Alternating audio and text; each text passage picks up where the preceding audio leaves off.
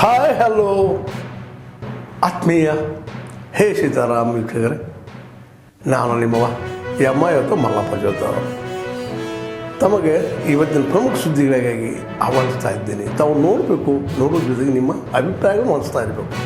ಈ ಪ್ರಮುಖ ಸುದ್ದಿಗಳು ನೋಡ್ತಾ ಹೋಗಿ, ಜೊತೆಗೆ ನಿಮ್ಮ ಅಭಿಪ್ರಾಯ ತಿಳಿಸ್ತಾ ಹೋಗ್ರಿ ಅಂತ ಹೇಳ್ತಾ ನೋಡಿ ಈ ಸುದ್ದಿಗಳೆಲ್ಲ ಬರ್ತಾ ಇದ್ದಾವೆ.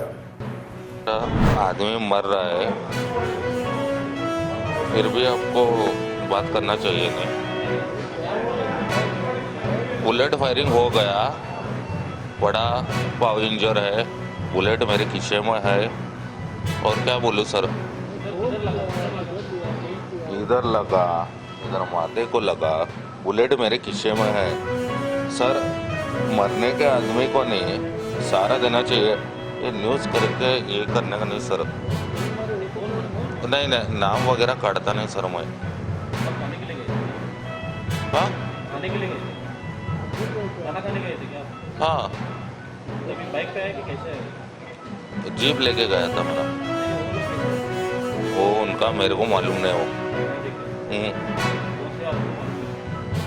मालूम है, बोल नहीं सकता सर. 2 gents 2 ladies. सारा 2 तो गोली मेरे पास है और किधर उड़ा है पता नहीं सर. नहीं. प्रणीत कुमार. ಈ ಎರಡನೆಯ ಸೆಕೆಂಡ್ರಿ ಟ್ರಾನ್ಸ್ಫರ್ ಸ್ಟೇಷನ್ ಅಂದರೆ ದ್ವಿತೀಯ ಘಟ್ಟದ ಸ್ಥಳಾಂತರ ಪ್ರದೇಶ ಅಂತ ಹೇಳ್ಬೋದು. ಅಂದರೆ ಟ್ರಾನ್ಸ್ಫರ್ ಸ್ಟೇಷನ್ ಅದು ಏನಕ್ಕೆ ಅಂದರೆ, ನಮ್ಮ ಆಟೋ ತಾವು ನೋಡ್ತಾ ಇರ್ತೀರಿ, ಆಟೋನಲ್ಲಿ ಕಸ ತಗೊಂಡು ದಾರಿಯಲ್ಲಿನೇ ಯಾವುದೊಂದು ನಮ್ಮ ಕಾಂಟ್ರಾಕ್ಟರ್ ಇರುತ್ತೆ ಹೇಳ್ಕೊಂಡು ತಗೊಳ್ತಕ್ಕಂಥ, ಅದರಲ್ಲಿನೇ ಕಸ ಹಾಕುವಾಗ ಸುಮಾರು ಸಮಸ್ಯೆ ಉಂಟಾಗೋದು, ರೋಡ್ ಮೇಲೆ ನಿಲ್ಲುವುದು, ಆಮೇಲೆ ವಾಸನೆ ಬರ್ತಕ್ಕಂಥ ಜನರಿಗೆ ಕಷ್ಟ ಉಂಟಾಗೋದು. ಅಂಥ ದೃಷ್ಟಿಯಿಂದ ಈ ನಮ್ಮ ನಗರದಲ್ಲಿ ಸುಮಾರು 5,000 ಟನ್ ಅತಿ ಕಸ ಬರುತ್ತದೆ. ಅದಕ್ಕಾಗಿ 27 ಟ್ರಾನ್ಸ್ಫರ್ ಸ್ಟೇಷನ್ ನಾವು ಕಟ್ಟಬೇಕು ಅಂತ ನಿರ್ಧಾರ ಮಾಡಿದ್ದೇವೆ. ಅದರಲ್ಲಿ ಈಗಾಗಲೇ ಗೊತ್ತಿದ್ದ ಹಾಗೆ ನಮ್ಮ ಕೋರಮಂಗಲದಲ್ಲಿ BTM ಕಾನ್ಸ್ಟಿಟ್ಯೂನ್ಸಿಯಲ್ಲಿ ಆಗಿದೆ. ಇದು 2ನೇ ಘಟಕ ಇಲ್ಲಿ ಪ್ರಾರಂಭ ಆಗ್ತಾ ಇದೆ. ಇಲ್ಲಿ ಆಟೋ ಬಂದು ಅಲ್ಲಿ ನಾವು ವೇ ಮಾಡ್ತೀವಿ. ಇದುವರೆಗೂ ನಾವು ಮನೆಯಿಂದ ಕಸ ತಗೊಳ್ಳುವಾಗ ಯಾರು ಗುತ್ತಿಗೆದಾರರಿದ್ದಾರೆ ಅವರಿಗೆ ಬರೀ ಅವರು ಒಂದು ರೌಂಡ್ ಮಾಡಿದ್ದಾರೆ ಅಂತ ಆಧಾರದ ಮೇಲೆ ಪೇಮೆಂಟ್ ಮಾಡ್ತಾ ಇದ್ದೇವೆ.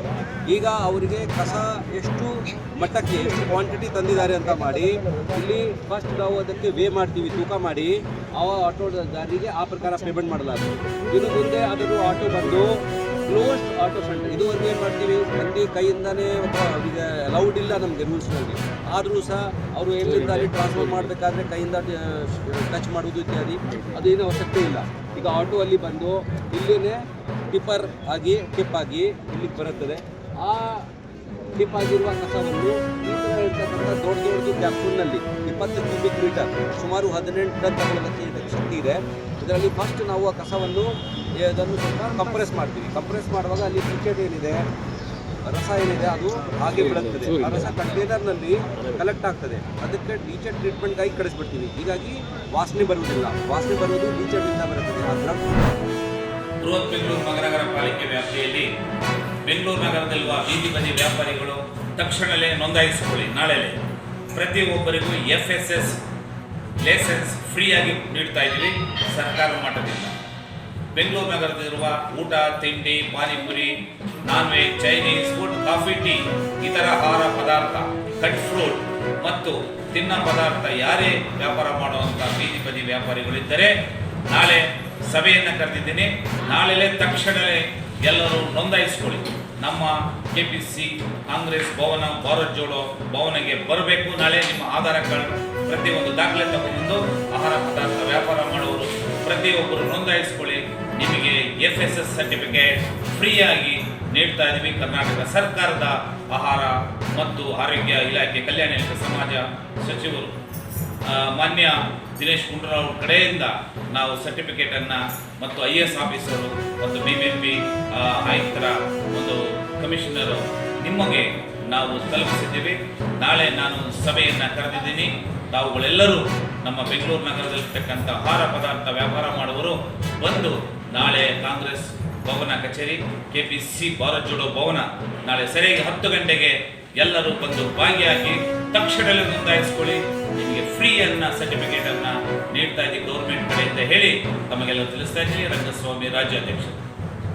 ಫ್ರೀಯಾಗಿ ಕನ್ನಡಕಗಳು ವಿತರಣೆ ಮಾಡೋದು ಅಂದರೆ ಎಲ್ರಿಗೂ ಕೂಡ ಕಣ್ಣಿನ ಒಂದು ಏನು ಚಿಕಿತ್ಸೆಗಳನ್ನು ಕೊಡ್ಬೋದು. ಇಡೀ ಜಿಲ್ಲೆಯ ಪ್ರತಿಯೊಬ್ಬರು ಕೂಡ ಚಿಕ್ಕ ಮಗುವಿಂದ ಹಿಡಿದು ವಯಸ್ಸಾಗಿರೋರು ಕೂಡ ಅದನ್ನು ಕವರ್ ಮಾಡಬೇಕು ಅಂತ ಒಂದು ಕಾರ್ಯಕ್ರಮ. ನಾವು ಆಶಾಕಿರಣ ಕಾರ್ಯಕ್ರಮವನ್ನು ಮಾಡ್ತಾಯಿದ್ದೀವಿ ಈಗ 8 ಜಿಲ್ಲೆಯಲ್ಲಿ. ಈಗ ಅದನ್ನು ಇಡೀ ರಾಜ್ಯಕ್ಕೆ ವಿಸ್ತರಣೆ ಮಾಡ್ತಾಯಿದ್ದೀವಿ. ಸೊ ಅದರಲ್ಲಿ ಇದನ್ನು ಸೇರಿಸ್ಕೊಂಡು ಇದು ಹೆಚ್ಚು ಅದಕ್ಕಿಂತ ಹೆಚ್ಚು ಸೇವೆಗಳಿದೆ.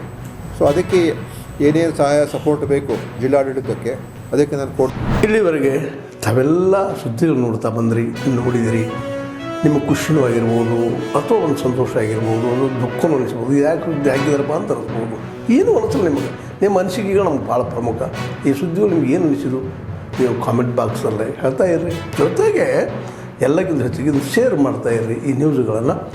ಜೊತೆಗೆ ಏನಪ್ಪ ಅಂದ್ರೆ ಹೇ ಸೀತಾರಾಮ್ ನಿರಂತರ ನೋಡ್ತಾ ಇರ್ರಿ. ಹೇ ಸೀತಾರಾಮ್ ಸತ್ಯದ ಕೈಗಳೇ ವಂದನೆಗಳು.